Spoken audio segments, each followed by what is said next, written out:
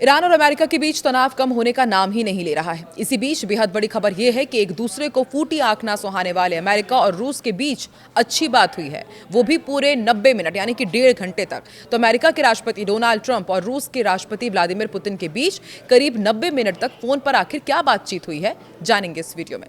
नमस्कार, मैं हूं आकांक्षा और आप देख रहे हैं न्यूज 18 का डिजिटल प्लेटफॉर्म। आपको याद ही होगा, अभी कुछ दिन पहले यानी कि सोमवार को ही ईरान के विदेश मंत्री अब्बास अराक्ची ने रूसी राष्ट्रपति व्लादिमीर पुतिन से मुलाकात की थी। बैठक में रूस ने ईरान के प्रति खुला समर्थन जताया था और अब डोनाल्ड ट्रंप और व्लादिमीर पुतिन के बीच करीब 1.5 घंटे तक बात हुई है। दोनों ही नेताओं के बीच ईरान युद्ध, यूक्रेन संघर्ष और होटल हिल्टन में हाल ही में हुई गोलीबारी की घटना जैसे कई मुद्दों पर बातचीत हुई। क्रेमलिन ने इस बातचीत को दोस्ताना और प्रोफेशनल बताया है। क्रेमलिन ने दोनों नेताओं के बीच बातचीत की जानकारी दी और कहा कि रूसी राष्ट्रपति ने वॉशिंगटन में हुए हमले की निंदा की। इसके अलावा पुतिन ने ईरान के साथ युद्ध विराम बढ़ाने के फैसले का भी समर्थन किया और तेहरान के परमाणु कार्यक्रम पर अपनी ओर से कुछ प्रस्ताव रखे। यूक्रेन के मुद्दे पर भी बातचीत हुई। क्रेमलिन ने बताया कि अमेरिकी राष्ट्रपति डोनाल्ड ट्रंप ने मौजूदा संघर्ष को सुलझाने को लेकर उम्मीद जताई है और संकेत दिया है कि जल्द ही समझौता हो सकता है। हालांकि पुतिन ने यूक्रेन पर आतंकवादी तरीकों का सहारा लेने का भी आरोप लगाया है। दोनों ही नेताओं के बीच भविष्य में आर्थिक और ऊर्जा सहयोग को लेकर भी बातचीत हुई है, जिससे ये संकेत मिला है कि दोनों ही देशों के बीच यदि तनाव है लेकिन उसके बावजूद गेमिंग संवाद जारी रखने की कोशिश हो रही है। राष्ट्रपति डोनाल्ड ट्रंप ने भी इसके बारे में जानकारी दी और कहा कि मैंने आज व्लादिमीर पुतिन से बात की है, मैंने यूक्रेन के बारे में बात की और मैंने थोड़ी ईरान के बारे में भी बात की है। मैंने कुछ अलग अलग विषयों पर बात की, ज्यादातर यूक्रेन के बारे में, और हमारी बहुत अच्छी बातचीत हुई है।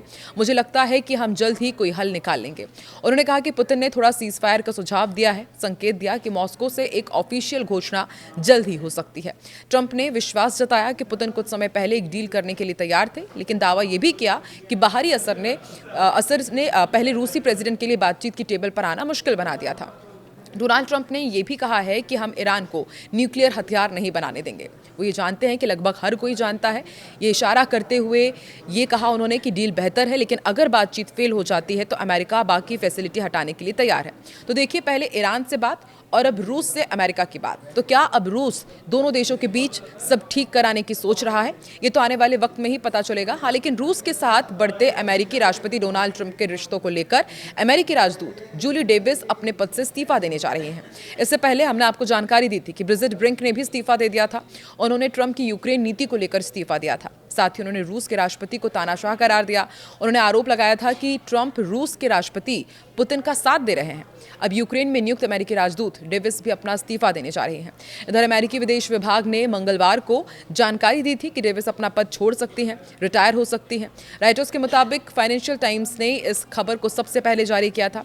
इसके पीछे ये बताया गया था कि राष्ट्रपति डोनाल्ड ट्रंप की नीतियों से उनके बीच मतभेद उभर रहे हैं।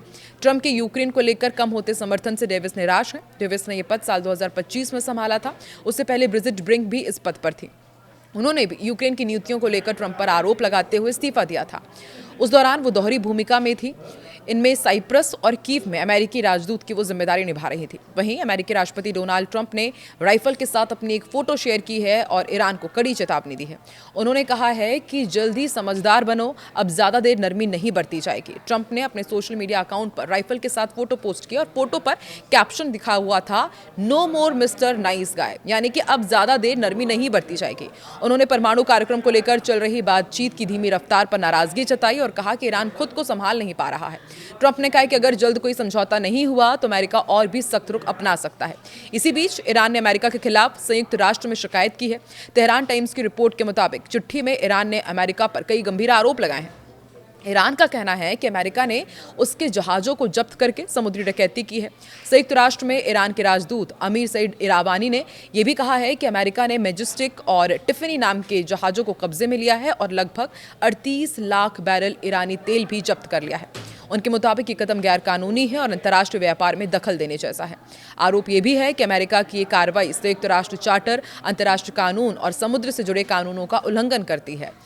अगर ऐसे कदमों को रोका नहीं गया तो एक ये खतरनाक उदाहरण बन सकता है जिससे पूरी दुनिया में कानून व्यवस्था कमजोर पड़ सकती है। वैसे में ईरान ने संयुक्त राष्ट्र परिषद से मांग की है कि वो अमेरिका के इस कदम की निंदा करे और इस मुद्दे पर कार्रवाई करे। तो क्या यूएनएससी कुछ दखल देगा या फिर ऐसे ही ये संकट बरकरार रहेगा? अपनी राय कमेंट में जरूर बताएं।